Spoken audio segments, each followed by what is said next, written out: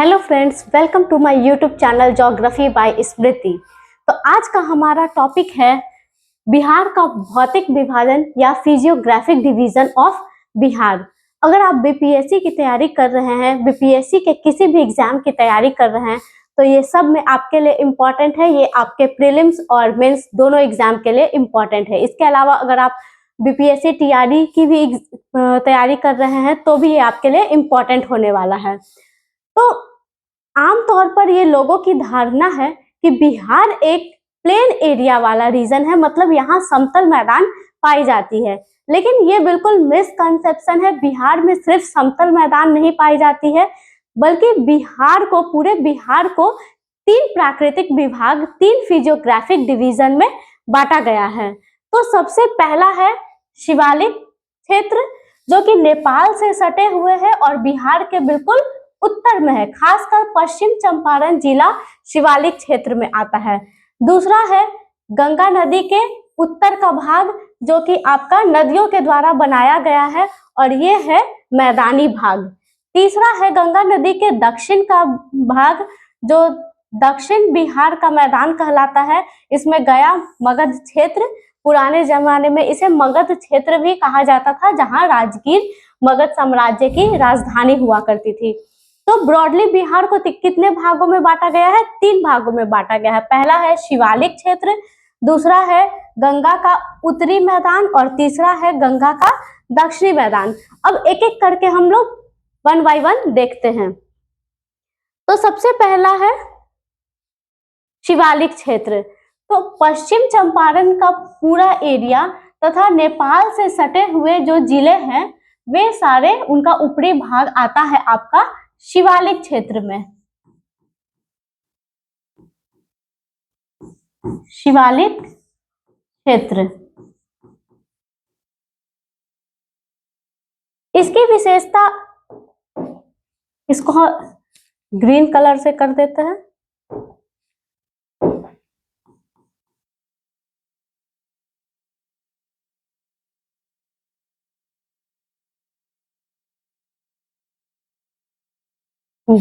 शिवालिक क्षेत्र की विशेषता यह है कि ये बिहार के बिल्कुल उत्तर दिशा में है, बिहार के बिल्कुल उत्तर दिशा में है और नेपाल से सटे है, मतलब नेपाल से सीमा इसका सटा हुआ है। मुख्य जिला जो है इसका पश्चिमी चंपारण, ये आपका पश्चिमी चंपारण जिला है, पश्चिमी चंपारण जिला है। तो मुख्य जिला शिवालिक क्षेत्र के अंदर आता है, वो है पश्चिमी चंपारण। इसका एलिवेशन है 300 से 900 मीटर, मतलब इसकी जो हाइट है, शिवालिक क्षेत्र की हाइट है, वो 300 से 900 मीटर के बीच है। इसमें जो मिट्टी पाए जाते हैं, इसकी जो भूमि है वो रॉकी है, कंकड़ पत्थर वाली है। इसकी जो सॉइल है वो बिल्कुल रॉकी है, उसमें कंकड़ पत्थर पाए जाते हैं। यहाँ वन क्षेत्र की अधिकता है, क्योंकि ये शिवालिक क्षेत्र में आता है। शिवालिक क्या है? हिमालय का सबसे निचला भाग है, सबसे फुट हिल एरिया है, तो यहाँ घने जंगल पाए जाते हैं, इसलिए यहाँ वन क्षेत्र की अधिकता पाई जाती है। जब वन क्षेत्र अधिक है और जो इसकी मिट्टी है वो उपजाऊ नहीं है, इसकी मिट्टी जो है वो रॉकी है, कंकड़ पत्थर ज्यादा है, वन क्षेत्र ज्यादा है, तो ऑब्वियस है कि यहाँ पॉपुलेशन कम होगा। तो दूसरे क्षेत्रों के हिसाब से इस एरिया में पॉपुलेशन कम है। दूसरा है आपका, इसका इंपॉर्टेंस क्या है? जो शिवालिक क्षेत्र है, इसका इंपॉर्टेंस क्या है?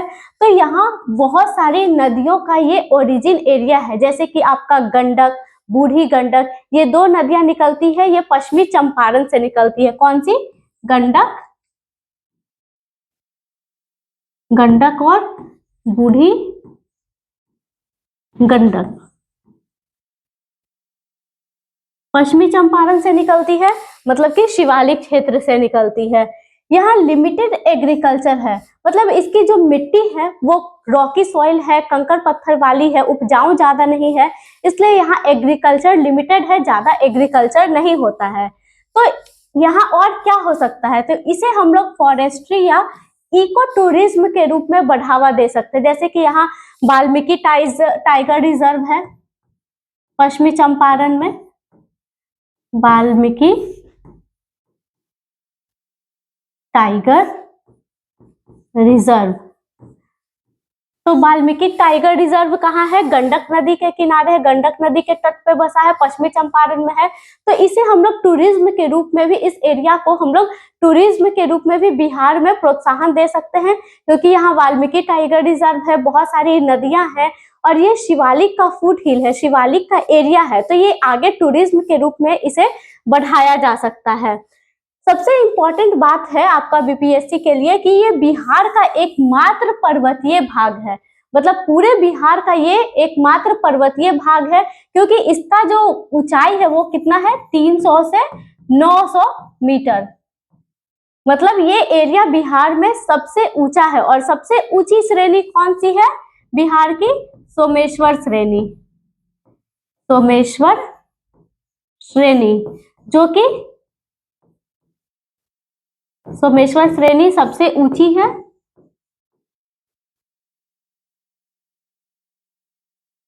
जो कि शिवालिक क्षेत्र में पाया जाता है, पश्चिमी चंपारण क्षेत्र में पाया जाता है। इसके आगे हमारा दूसरा भाग है उत्तरी बिहार का मैदान। मतलब सभी जानते हैं कि गंगा नदी बक्सर के पास प्रवेश करती है, बक्सर के पास गंगा नदी प्रवेश कर रही है और ये बिहार को दो भागों में, सॉरी पटना जिला से जाती है ना, तो बिहार को दो भागों में बांटते हुए यहाँ कटिहार के पास वेस्ट बंगाल में चली जाती है। तो ये आपकी गंगा नदी है।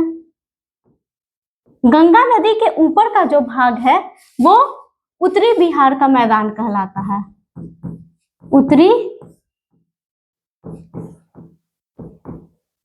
बिहार का मैदान।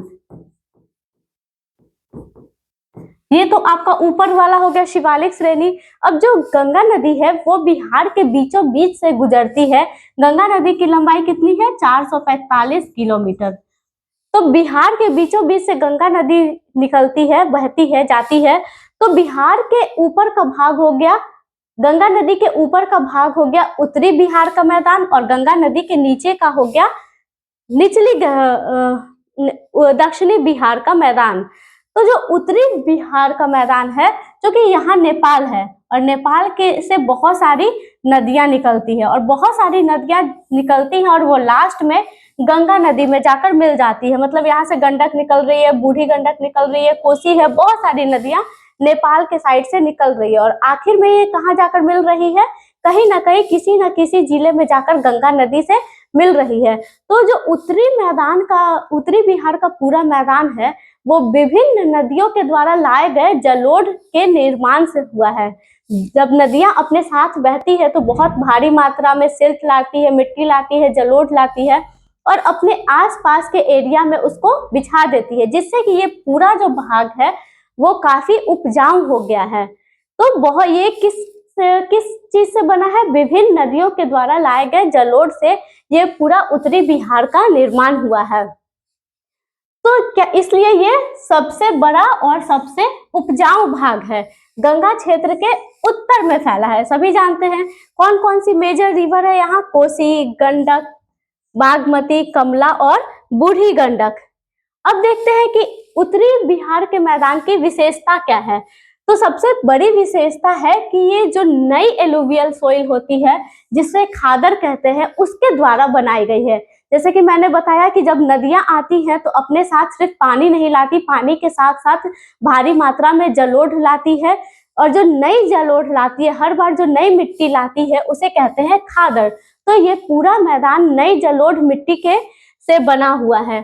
दूसरी है कि जब हर बार नदी अपने साथ पानी ला रही है और बारहमासी नदी है, पेरेनियल रिवर है, तो उसके कारण उत्तरी बिहार के मैदान में फ्रीक्वेंट फ्लड आता है। मतलब हर साल बाढ़ की समस्या से ग्रसित होती है।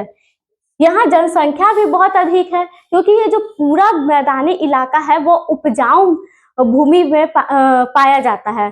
तो जब यहाँ ज्यादा उपजाऊ भूमि है तो बहुत ज्यादा कृषि होगी, और कृषि के कारण इस क्षेत्र में लोगों की जो आबादी है वो बहुत सघन होगी। तीसरा यहाँ का मेजर क्रॉप्स है राइस, शुगर केन और मेज। तो सबसे बड़ी विशेषता इस क्षेत्र की ये है कि इसे खादर क्षेत्र या नवीन जलोढ़ का मैदान कहते हैं। तीसरा है आपका दक्षिणी बिहार का मैदान, मतलब गंगा नदी जब बह रही है और गंगा नदी के जो नीचे का भाग हुआ, ये गंगा नदी और गंगा नदी के नीचे का भाग है वो दक्षिण बिहार कहलाता है। तो इस क्षेत्र की क्या विशेषता है? ये गंगा नदी के दक्षिण में है। यहाँ की प्रमुख नदी है सोन, पुनपुन और फाल्गु। और यहाँ की विशेषता क्या है कि ये पुरानी जलोढ़ मिट्टी से बना है, क्योंकि यहाँ जो नदियां, यहाँ से सोन बह रही है, पुनपुन बह रही है, तो ये जो नदियां हैं ये हर साल बाढ़ नहीं लाती, और बाढ़ नहीं लाती तो ये अब चूंकि ये जो नदियां हैं ये पठारी भाग से निकलती है, और पठारी भाग से निकलने के कारण ये अपने साथ सिल्ट या भारी मात्रा में जलोढ़ भी नहीं लाती। तो जो पूरा मैदान है, एक तो पथरीला है क्योंकि छोटा नागपुर से सटा हुआ है इसलिए पथरीला है, और दूसरा ये हर साल अपने साथ जलोढ़ नहीं लाती है, तो ये पुरानी जलोढ़ मिट्टी यहाँ पाई जाती है। यहाँ बाढ़ भी अपेक्षाकृत कम आती है क्योंकि ये जो रिवर है ये पेरेनियल नहीं है, ये हिमालय से नहीं निकल रही है, तो ये यहाँ पे ज्यादा बाढ़ की समस्या उत्पन्न नहीं होती। दूसरा ये है पठारी भाग है, समतल मैदान नहीं है कि पानी को फैला दे, पठारी है तो पानी खुद ढलान से नीचे चली जाएगी। सिंचाई पर बहुत ज्यादा निर्भर है क्योंकि यहाँ नदी नहीं है कि नदी से सिंचाई की जाए, इसलिए बोरवेल से या किसी नलकूप से यहाँ सिंचाई की जाती है। यहाँ की प्रमुख फसल है गेहूं, दाल और तिलहन। अब आप समझ गए कि क्या है। अब तीनों में हम तुलना करेंगे, कंपेयर करेंगे कि किसमें क्या है। तो शिवालिक का एलिवेशन, सबसे पहले की हाइट क्या है शिवालिक का, तो शिवालिक का हाइट सबसे हाई है। नॉर्थ बिहार प्लेन, उत्तरी बिहार प्लेन की हाइट क्या है, लो है। जब हम तीनों में कंपेयर करें शिवालिक, नॉर्थ बिहार और साउथ बिहार में, तो हम देखते हैं कि शिवालिक की हाइट सबसे ज्यादा है, नॉर्थ प्लेन का जो हाइट है वो कम है, और जो साउथ बिहार प्लेन है, जो दक्षिणी बिहार प्लेन है, यहाँ का एलिवेशन मॉडरेट है, मतलब मध्यम है, कम है और ये ज्यादा है। ये तो हो गई एलिवेशन हाइट की बात। उसके बाद देखते हैं कि फ्लड।